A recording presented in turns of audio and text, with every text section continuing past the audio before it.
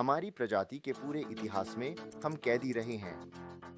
दूरी के कैदी, समय के कैदी। हम एक छोटे से पत्थर पर खड़े हैं, सितारों के महासागर की ओर देखते हुए, उन गंतव्यों को देखते हुए जिन्हें हम कभी सच में नहीं पहुंच सकते। पारंपरिक गति से आकाशगंगा को पार करना 1,00,000 वर्षों की यात्रा है, मानवता के लिए एक अलगाव की सजा। कॉस्मिक स्पीड लिमिट, प्रकाश की गति, सी ब्रह्मांड का लोहे का कानून है। यह वह पूर्णतम अधिकतम गति है जिस पर कारण परिणाम को प्रभावित कर सकता है। इसे तोड़ना का अर्थ है कारणता को तोड़ना। इसे तोड़ना का अर्थ है विरोधाभास को आमंत्रित करना। या ऐसा हमने सोचा। 1994 में एक मैक्सिकन भौतिक शास्त्री जिसका नाम मिगुएल अल्कुबिएरे था, ने आइंस्टीन के सामान्य सापेक्षता के पवित्र ग्रंथों में एक छिद्र पाया। उसने साबित किया कि सितारों तक पहुंचने के लिए आपको अंतरिक्ष के माध्यम से नहीं चलना है। आप स्वयं अंतरिक्ष को हिला सकते हैं। गणित मजबूत था, यह सुरुचिपूर्ण था, लेकिन एक पकड़ थी, एक घातक दोष जिसने वार्प ड्राइव को 30 वर्षों तक विज्ञान कथा के पन्नों में फंसा रखा। यह नकारात्मक ऊर्जा की आवश्यकता थी।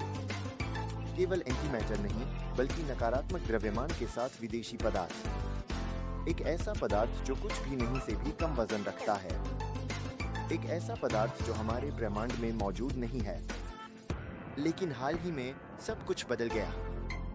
2021 से 2024 के बीच प्रकाशित कागजात की बौछार में भौतिकविदों ने असंभव को संभव कर दिया है। उन्होंने गणित को ठीक कर लिया है। भौतिक रूप से संभव वार्प ड्राइव अब एक सपना नहीं है। यह आइंस्टीन के क्षेत्र समीकरणों का एक मान्य विशिष्ट समाधान है। इस ब्रेक थ्रू के महत्व को समझने के लिए हमें पहले उस जाल को समझना होगा जिसमें हम थे। अल्कुबिएरे का मूल मेट्रिक एक पुश-पुल प्रणाली थी। यह एक जहाज के सामने स्पेस टाइम ज्यामिति को जोरदार तरीके से संकुचित करके और इसके पीछे विस्फोटक तरीके से विस्तारित करके काम करता था। आपके पीछे के स्थान को बढ़ाने के लिए सामान्य सापेक्षता यह निर्धारित करती है कि आपको नकारात्मक द्रव्यमान ऊर्जा घनत्व वाला एक पदार्थ चाहिए। यह कमजोर ऊर्जा स्थिति का उल्लंघन करता है। सरल शब्दों में, गुरुत्वाकर्षण आकर्षित करता है। द्रव्यमान स्पेस टाइम में एक घाटी बनाता है। अल्कुबिएरे को आवश्यक विस्तार प्राप्त करने के लिए आपको एक पहाड़ी एंटीग्रेविटी की आवश्यकता होगी। हमने कभी भी मैक्रोस्कोपिक मात्रा में नकारात्मक द्रव्यमान का अवलोकन नहीं किया है। 3 दशकों तक वैज्ञानिक समुदाय ने सहमति व्यक्त की, ज्यामिति काम करती है, लेकिन ईंधन जादू है। वार्प ड्राइव आगमन पर मृत थी। फिर 2021 आया, वह वर्ष जब गतिरोध टूटा। 2 अलग-अलग टीमें, डॉक्टर एरिक लेंस गोटिंगन विश्वविद्यालय में और न्यूयॉर्क में अप्लाइड फिजिक्स की बॉब्रिक और मार्टिरे की टीम ने नए दृष्टिकोण के साथ समस्या का सामना किया। डॉक्टर लेंस ने आइंस्टीन मैक्सवेल प्लाज्मा समीकरणों में गहराई से देखा, उन क्षेत्रों की खोज की जिन्हें दूसरों ने नजरअंदाज किया था। उन्होंने एक विशिष्ट ज्यामितीय विन्यास खोजा जिसे सॉलिटॉन के नाम से जाना जाता है।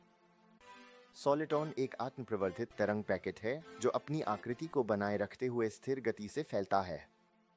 लेंच ने साबित किया कि यदि आप समय स्थान की वक्रता को एक विशिष्ट हाइपरबोलिक संरचना में व्यवस्थित करते हैं, तो आप बिना नकारात्मक ऊर्जा के एक वार्प बबल बना सकते हैं। सामान्य सकारात्मक ऊर्जा पारंपरिक स्रोत जैसे प्लाज्मा और विद्युत चुंबकीय क्षेत्रों को एक विशिष्ट हीरा जाली में व्यवस्थित करके गणित बुलबुले के अस्तित्व की अनुमति देता है। कोई जादुई ईंधन नहीं, कोई विदेशी पदार्थ नहीं, सिर्फ भौतिकी। एक साथ बॉब्रिक और मार्टिरे ने यह फिर से परिभाषित किया कि वार्प ड्राइव वास्तव में क्या है। उन्होंने विज्ञान कथा के बोझ को हटा दिया और दिखाया कि वार्प ड्राइव मौलिक रूप से केवल एक पदार्थ का खोल है। शेल के अंदर स्पेस टाइम समतल है। यह बहुत महत्वपूर्ण है। इसका मतलब है कि यात्रियों को कोई जीबल महसूस नहीं होता। समय सामान्य रूप से बीतता है। आपकी घड़ी पृथ्वी पर घड़ी की तरह ही गति से दिखती है। शेल स्वयं इंजन है जो इसके चारों ओर के स्पेस टाइम को संशोधित करता है ताकि यह ब्रह्मांड में फिसल सके। उन्होंने इन ड्राइव्स को श्रेणियों में वर्गीकृत किया। और यहाँ एक वास्तविकता की जांच है जिसका उल्लेख कुछ शीर्षकों में किया गया है। नए शारीरिक रूप से संभव मॉडल, जिसमें 2024 में जारेड फुक्स और अनुप्रयुक्त भौतिकी टीम द्वारा प्रकाशित स्थायी वेग वार्प ड्राइव शामिल है, अभी के लिए सबल्यूमिनल है। इसका मतलब है कि वे प्रकाश से धीमे हैं। आप पूछ सकते हैं, अगर यह प्रकाश से धीमा है तो इसका क्या मतलब है? क्यों न बस एक पारंपरिक रॉकेट का उपयोग करें? क्योंकि एक रॉकेट समीकरण का दास होता है। इसे प्रोपेलेंट ले जाना होता है ताकि प्रोपेलेंट को आगे बढ़ा सके। इसे गति बढ़ानी होती है अपने चालक दल को घातक जी-फोर्स के साथ कुचलते हुए। एक भौतिक वार्प ड्राइव जड़त्वीय गति से चलता है। खोल के अंदर आप तैर रहे हैं। आप प्रकाश की गति का 99% तक गति बढ़ा सकते हैं और आप अपना कॉफी भी नहीं गिराएंगे। फुट्स द्वारा 2024 में किया गया ब्रेक थ्रू साबित करता है कि हम नियमित पदार्थ का उपयोग करके एक स्थिर वार्प शेल बना सकते हैं। हमारे पास योजना है।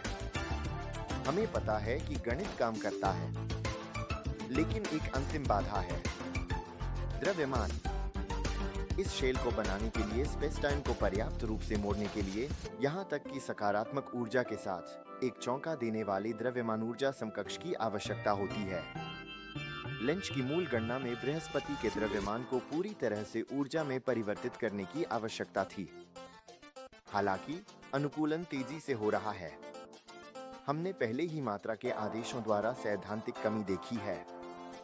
हम शारीरिक रूप से असंभव से केवल एक इंजीनियरिंग दुःस्वप्न की ओर बढ़ रहे हैं। तो सवाल यह है, हम प्रकाश से तेज कैसे पहुंचे?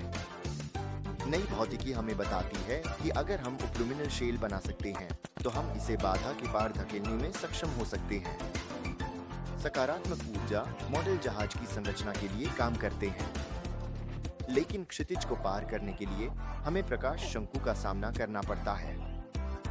प्रकाश बाधा को तोड़ने के लिए हमें ऊर्जा आवश्यकताओं को कम करने के लिए एक तरकीब की आवश्यकता हो सकती है या क्वांटम गुरुत्वाकर्षण की एक नई समझ की। लेकिन दरवाजा अब बंद नहीं है, यह बस फंसा हुआ है। हम सोचते थे कि वार्प ड्राइव जादू है। अब हम जानते हैं कि यह सामग्री विज्ञान और ऊर्जा घनत्व की एक समस्या है। हमने यह भौतिकी के नियमों का उल्लंघन करता है से हमें बस एक बड़ा बैटरी चाहिए की ओर बढ़ा दिया है। ब्रह्मांड विशाल है, लेकिन गणित कहता है कि हमें आमंत्रित किया गया है। हमें बस जहाज बनाना है।